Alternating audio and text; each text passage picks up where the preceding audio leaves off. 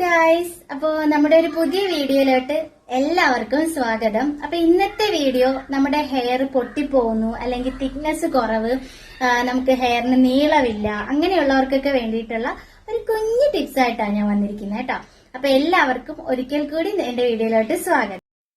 ഒരുപാട് നീളവോ അല്ലെങ്കിൽ പനങ്കുല പോലെ മുടിയോ ഒന്നും അല്ല കേട്ടോ.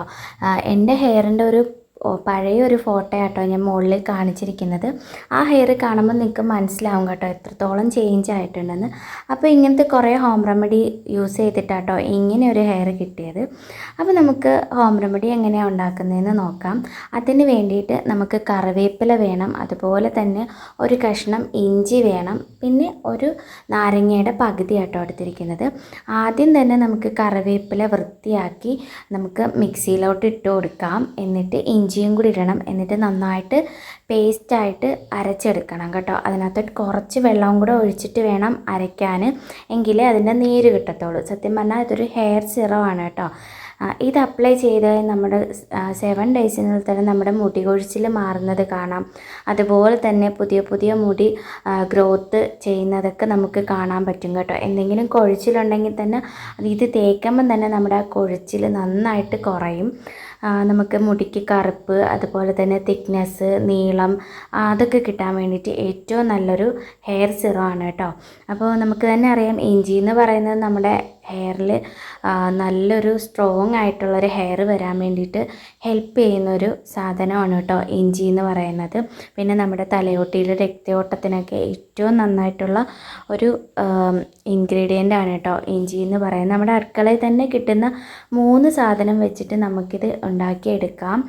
നല്ലൊരു റിസൾട്ടുമാണ് കിട്ടുന്നത്. കറിവേപ്പില നന്നായിട്ട് കറുപ്പ് തരും, അതുപോലെ തന്നെ നീളം വയ്ക്കാനും തിക്നെസ്സിനൊക്കെ നല്ലതാട്ടോ കറിവേപ്പില. പിന്നെ നമുക്ക് നാരങ്ങ എന്ന് പറയുന്നത് നമുക്ക് എന്തെങ്കിലും ഡാൻഡ്രഫ് ഉണ്ടെങ്കിലോ അല്ലെങ്കിൽ എന്തെങ്കിലും നമുക്ക് അലർജിയോ കാര്യങ്ങളൊക്കെ നമ്മുടെ തലയോട്ടിയിലുണ്ടെങ്കിൽ അതൊക്കെ നന്നായിട്ട് റിമൂവ് ചെയ്യാൻ വേണ്ടിയിട്ട് നമുക്ക് നാരങ്ങ യൂസ് ചെയ്യുന്നത് ഏറ്റവും നന്നായിരിക്കും. ഒരുപാട് ഡാൻഡ്രഫ് ഉള്ളവരാണെങ്കിൽ കുറച്ച് അധികം നാൾ യൂസ് ചെയ്യുമ്പോൾ അതിൻ്റെ ചേഞ്ച് മനസ്സിലാവും കേട്ടോ.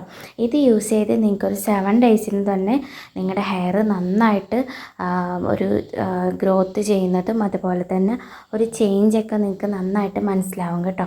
അപ്പോൾ എനിക്ക് ഇങ്ങനത്തെ കുറേ ഹോം റെമഡീസ് ചെയ്തിട്ടാണ് എൻ്റെ ഹെയർ എനിക്ക് നന്നായിട്ട് വരാൻ തുടങ്ങിയത് കേട്ടോ. ഇനിയും ഒരുപാട് ചെയ്യാനുണ്ട്. അപ്പോൾ എൻ്റെ ഹെയറിന് ഇനിയും നല്ലൊരു ചേഞ്ച് തന്നെ വരുമെന്ന് ഉള്ള കാര്യത്തിൽ ഒരു സംശയമില്ല കേട്ടോ. അപ്പോൾ നിങ്ങൾ എന്തായാലും ഒന്ന് ട്രൈ ചെയ്ത് നോക്കൂ. നിങ്ങൾക്ക് യൂസ്ഫുള്ളായി തോന്നിയിട്ടുണ്ടെങ്കിൽ എന്നെ ഒന്ന് സപ്പോർട്ട് ചെയ്തേക്കും. 1 മണിക്കൂറെങ്കിലും നമ്മുടെ ഹെയറിൽ അപ്ലൈ ചെയ്ത് വെച്ചിരിക്കണം കേട്ടോ. ഇല്ലെങ്കിൽ ഒരു അരമണിക്കൂറെങ്കിലും വെച്ചിരിക്കണം. എന്നിട്ട് കഴുകി കളയുന്നതിന് മുമ്പ് ഒരു നല്ലൊരു മസാജും കൂടി കൊടുത്തു കഴിഞ്ഞാൽ നമ്മുടെ ഹെയറിന് നല്ലൊരു ചേഞ്ച് തന്നെ ഉണ്ടാവും. അപ്പോൾ ധൈര്യമായിട്ട് തേച്ചോളൂ. ഒരു 7 ഡേയ്സ് കൊണ്ട് തന്നെ നിങ്ങളുടെ ഹെയറിലുള്ള മിക്ക പ്രശ്നങ്ങൾക്കും ഒരു പരിഹാരമാണ് കേട്ടോ. ഇത് വെറും സിമ്പിളായിട്ടുള്ളൊരു കാര്യമാണ്, എല്ലാവർക്കും ചെയ്യാവുന്നതേ ഉള്ളൂ കേട്ടോ. അപ്പോൾ എല്ലാവരും ഒന്ന് ട്രൈ ചെയ്ത് നോക്കൂ. ടാറ്റാ.